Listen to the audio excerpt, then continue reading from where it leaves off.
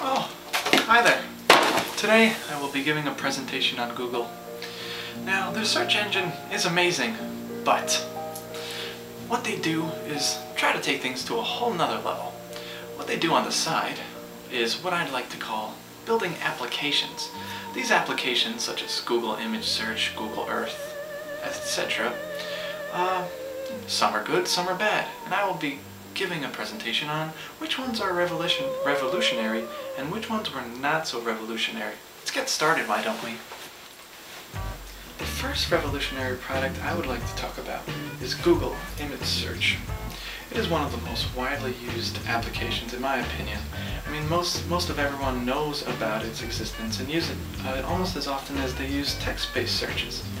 What makes this work is the fact that Google implements a really awesome formula for people to be able to find the image that they want. Now basically the way this works is a bunch of bots just scour the internet collecting every single web page data that they can find. They scan each web page and then they classify whether there's a picture there or not. And there's a bunch of other complicated things that go along with that, and eventually it gets into the search results. The next revolutionary application that Google implemented is the Google Print/Google Book Search. The reason why I find this revolutionary is simply because the world sort of has to revolve around Google and modify itself once they released this application. Let me explain. What they did was go to Stanford University, they brought trucks over there, and they digitized the entire library there. Now, what does this mean for us in the future? Libraries are going to have to adapt because books are going to start vanishing off the shelves and being replaced with digitized versions on the internet. In my eyes, it seems to me that libraries aren't going to disappear, but they're going to evolve into something else because of Google. The next application is YouTube, which I find revolutionary. Now, Google actually did not create this from scratch. They bought it out from Chad Hurley, Steve Chen, and Jawed Karim. Sorry for the pronunciation. Basically, it was just a genius move on their part because YouTube is a thing of its own. People from all over the world can upload any video they want and they become famous if it becomes popular enough. You can be an average Joe and upload complete nonsense, but you'll have people viewing the video and giving either great comments or hateful comments.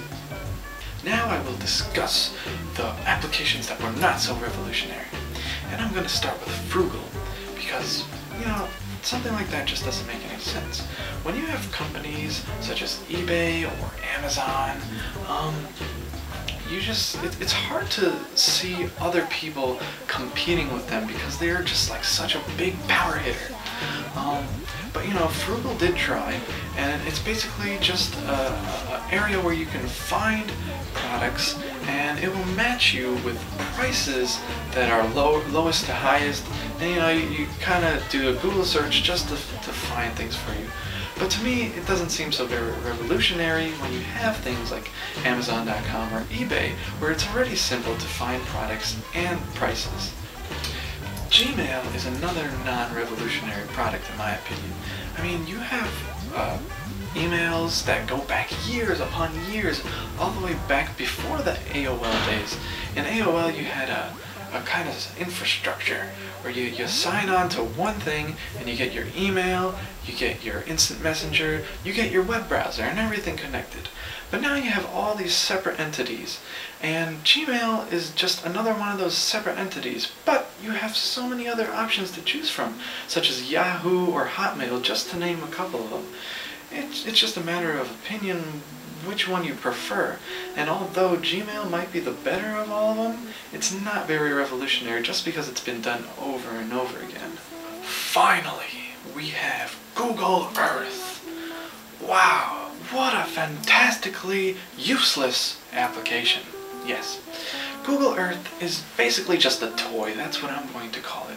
It's a toy that you can play around with. You can go around on a virtual Earth, zoom in anywhere you'd like, go visit any country you'd like, and it's pretty cool because it has virtual images of everything.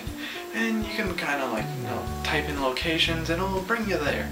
And within those you have like flight simulators, and then you have a virtual moon that you can visit.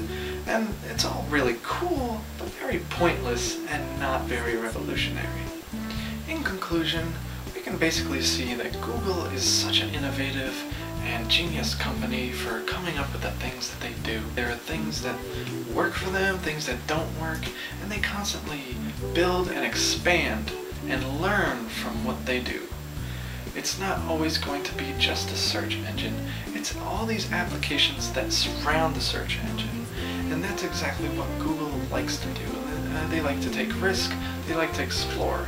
And it also helps that it has tons of benefits working at Google.